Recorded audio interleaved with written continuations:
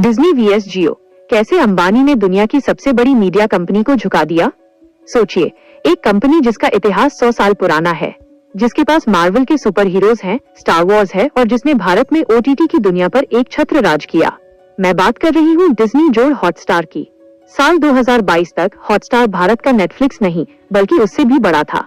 हर किसी के फोन में ये ऐप था।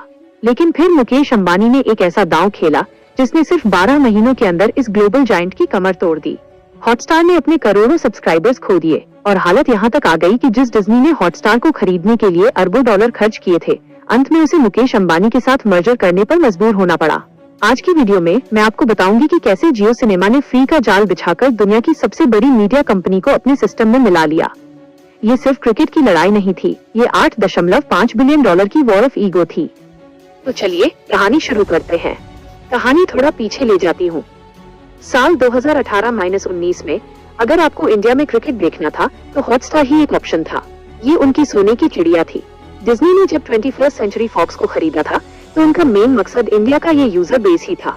हॉटस्टार के पास दो बड़े हथियार थे। पहला HBO का कंटेंट जैसे गेम ऑफ थ्रोन्स और दूसरा IPL के डिजिटल राइट्स। लोग गालियां देकर भी सब्सक्रिप्शन लेते थे क्योंकि क्रिकेट देखना मजबूरी थी। डिज्नी को लगा कि वो अजय हैं, लेकिन मुकेश अंबानी चुपचाप अपनी तैयारी कर रहे थे। उन्होंने वायाकॉम 18 के जरिए धीरे धीरे अपना बेस बनाना शुरू किया और साल 2022 में आया वो दिन जब BCCI ने IPL के राइट्स की नीलामी शुरू की। डिज्नी कॉन्फिडेंट था। उन्हें लगा, अरे टीवी राइट्स हमारे पास हैं, डिजिटल भी हम ही ले लेंगे। लेकिन नीलामी के कमरे में एक सन्नाटा छा गया जब वायाकॉम 18 यानी जियो ने डिजिटल राइट्स के लिए 23,758 करोड़ रुपए की बोली लगा दी। मैं आपको बता दूं, ये एक जुआ था। डिज्नी ने टीवी राइट्स तो रख लिए, लेकिन डिजिटल यानी ऑनलाइन का बादशाह अब बदल चुका था। अब डिज्नी को लगा कि कोई बात नहीं, अंबानी जी ने राइट्स खरीदे हैं तो वो भी लोगों से पैसे वसूलेंगे। शायद 500 या 1000 का प्लान लाएंगे। लेकिन अप्रैल 2023 में मुकेश अंबानी ने अपना सबसे घातक हथियार निकाला, फ्री। जियो सिनेमा ने अनाउंस कर दिया कि IPL 4 के रेजोल्यूशन में 12 भाषाओं में और मल्टीकैम एंगल्स के साथ बिल्कुल फ्री दिखाया जाएगा, किसी भी सिम कार्ड पर, किसी भी वाईफाई पर। यह डिज्नी के लिए एक नाइटमेयर यानी दुस्वप्न था। इंडिया में लोग फ्री शब्द सुनते ही टूट पड़ते हैं। इसका असर, IPL 2023 के फाइनल मैच को 3.2 करोड़ लोगों ने एक साथ जियो सिनेमा पर लाइव देखा, एक वर्ल्ड रिकॉर्ड। वहीं दूसरी तरफ हॉटस्टार से लोग भागने लगे। एक रिपोर्ट के मुताबिक डिज्नी जोड़ हॉटस्टार ने सिर्फ कुछ ही महीनों में 1.2 करोड़ से ज्यादा सब्सक्राइबर्स खो दिए।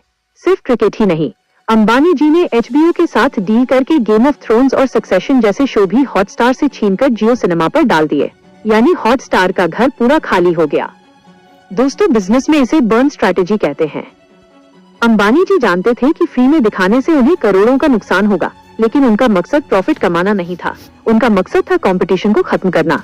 डिज्नी के CEO बॉब आइगर अमेरिका में बैठकर ये तबाही देख रहे थे। डिज्नी के इंडियन बिजनेस की वैल्यूएशन जो कभी 15-16 बिलियन डॉलर आंकी जाती थी, वो गिरकर आधी से भी कम रह गई। हॉटस्टार अब एक डूबता हुआ जहाज बन चुका था। उनके पास दो ही रास्ते थे, या तो अरबों डॉलर और फूंको और जियो से लड़ो, जो कि बहुत मुश्किल था क्योंकि जियो के पास अपनी टेलीकॉम बैकबोन है, या फिर हार मान लो और समझौता कर लो। और वही हुआ जो अंबानी चाहते थे। फरवरी 2024 में खबर पक्की हो गई। रिलायंस इंडस्ट्रीज और वॉल्ट डिज्नी ने अपने इंडिया बिजनेस को मर्ज करने का फैसला किया। लेकिन असली बॉस कौन बना? इस नई कंपनी में रिलायंस की हिस्सेदारी 63% से ज्यादा है। नीता अंबानी इसकी चेयरपर्सन बनेंगी। यानी 100 साल पुरानी अमेरिकन कंपनी अब एक इंडियन कंपनी के अंडर काम करेगी। मैं आपको समझाती हूँ कि ये मर्जर कितना बड़ा है। इस मर्जर के बाद इंडिया के टीवी और डिजिटल मार्केट का लगभग 40% से 50% हिस्सा अकेले इस एक कंपनी के पास होगा। Star plus, colours, star sports, sports 18, जियो सिनेमा, हॉटस्टार सब अब एक ही छत के नीचे हैं। क्रिकेट के मामले में तो ये मोनोपोली है। चाहे IPL हो या वर्ल्ड कप, अब सब कुछ यहीं दिखेगा। एडवर्टाइजर्स के पास कोई और ऑप्शन ही नहीं बचा है। तो दोस्तों, बिजनेस के नजरिए से देखें तो ये मुकेश अंबानी का मास्टर स्ट्रोक था। पहले फ्री देकर मार्केट तोड़ा, फिर कंपटीटर को कमजोर किया और फिर उसे खरीद लिया। लेकिन एक सवाल जो मैं आपसे पूछना चाहती हूँ, क्या ये हम दर्शकों के लिए अच्छा है? जब तक कंपटीशन था हमें फ्री कंटेंट मिल रहा था, लेकिन अब जब जियो और डिज्नी एक हो गए हैं तो क्या फ्री का दौर खत्म हो जाएगा? मोनोपोली जब भी बनती है तो शुरुआत में मजा आता है, लेकिन बाद में कीमतें बढ़ती हैं। टेलीकॉम में हमने देखा है, क्या अब एंटरटेनमेंट में भी वही होगा? आप क्या सोचते हैं? क्या आने वाले वक्त में हमें आईपीएल देखने के लिए भारी कीमत चुकानी पड़ेगी, या अंबानी जी अपनी वॉल्यूम गेम स्ट्रैटेजी जारी रखेंगे? कमेंट सेक्शन में अपनी राय जरूर लिखें। अगर आपको ये बिजनेस केस स्टडी पसंद आई तो वीडियो को लाइक करें और चैनल को सब्सक्राइब करें, ताकि मैं ऐसी ही और इनसाइड स्टोरीज आप तक ला सकूं। Thank you for watching. मिलते हैं अगली वीडियो में।